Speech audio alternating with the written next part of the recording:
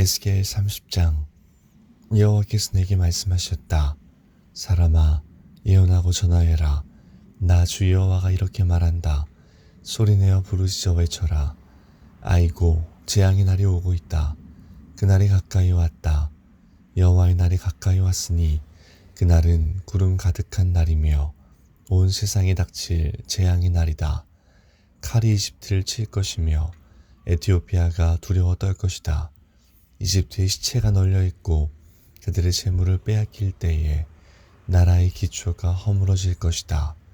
에티오피아, 리비아, 리디아, 아라비아, 국과 함께 모든 동맹국의 백성들이 죽고 이집트도 칼에 맞아 쓰러질 것이다. 이집트의 동맹국들이 무너질 것이며 이집트가 자랑하던 세력이 꺾일 것이다. 북쪽 믹돌에서부터 남쪽 아스완에 이르기까지 이집트 백성이 칼에 찔려 죽을 것이다. 나 주 여호와의 말이다. 그 땅은 황폐한 나라들 중에서도 가장 황폐할 것이며 이집트의 성들은 폐허로 변할 것이다. 내가 이집트에 불을 질러 이집트의 동맹국들까지도 망하게 할 것이다. 그때 그들이 내가 여호와라는 것을 알게 될 것이다. 그날에 내가 특사들을 에티오피아로 보내어 그들을 놀라게 할 것이다. 왜냐하면 그들은 스스로 안전하다고 생각하는 자들이기 때문이다. 이집트가 재앙을 당할 때 에티오피아 백성들이 두려워 떨 것이다. 그런 날이 반드시 올 것이다. 내가 바빌로니아 왕 느부갓네살을 보내어 이집트의 수많은 백성을 없애버릴 것이다. 그와 그의 군대는 세상에서 가장 잔인한 군대이다. 그들이 이 땅을 짓밟으러 올 것이다. 칼을 뽑아 이집트를 칠 것이며 시체들이 온 나라를 덮을 것이다.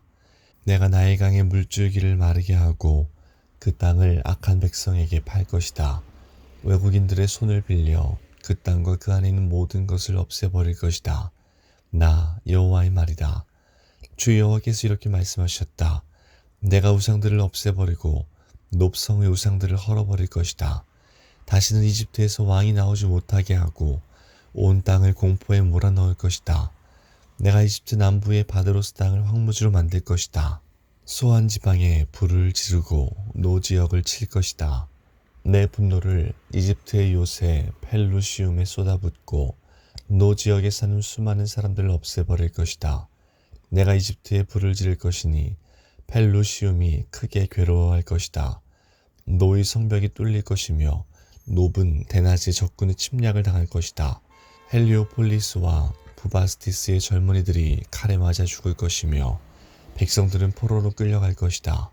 내가 이집트의 권세를 꺾을 때에 드암네스는 대낮에도 캄캄해질 것이다. 구름이 이집트를 덮을 것이며 이집트의 딸들은 포로로 끌려갈 것이다. 이처럼 내가 이집트를 심판할 것이니 그때에 그들은 내가 여호와라는 것을 알게 될 것이다. 11년 첫째 달 7일에 여호와께서 내게 말씀하셨다. 사람아, 내가 이집트 왕 파라오의 강한 팔을 꺾어 놓았다.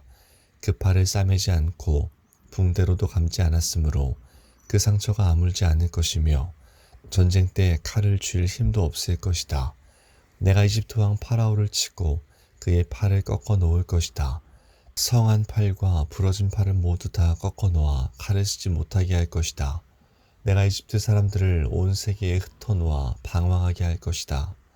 그 대신 내가 바빌로니아 왕의 팔을 강하게 만들어 내 칼을 그의 손에 쥐어줄 것이다. 그러나 파라오의 팔은 꺾어 놓을 것이니 그가 부상당한 사람처럼 고통하며 신음할 것이다.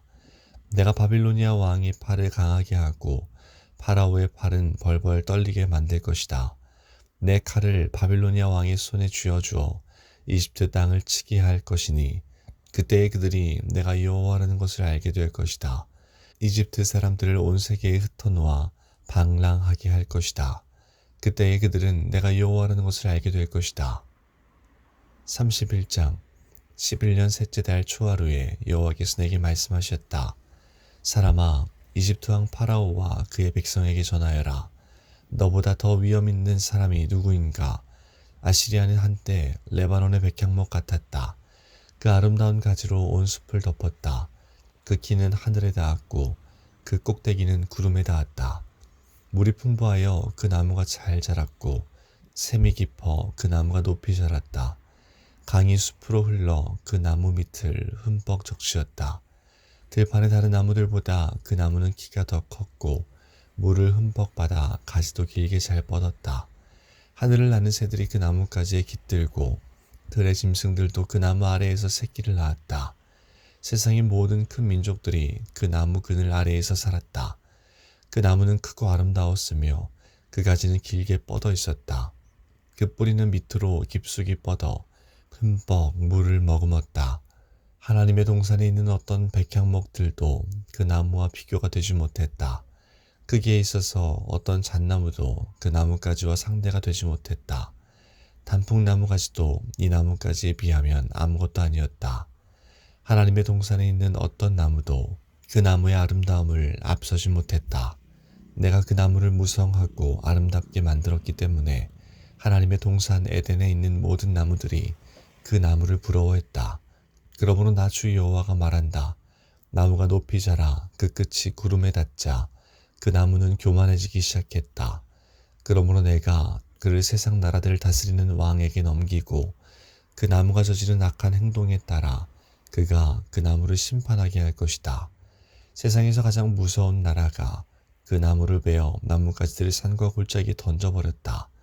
부러진 가지들이 골짜기마다 가득 차 있다. 그러자 세계 모든 나라들이 더 이상 그 나무 그늘에 있지 않게 되었다.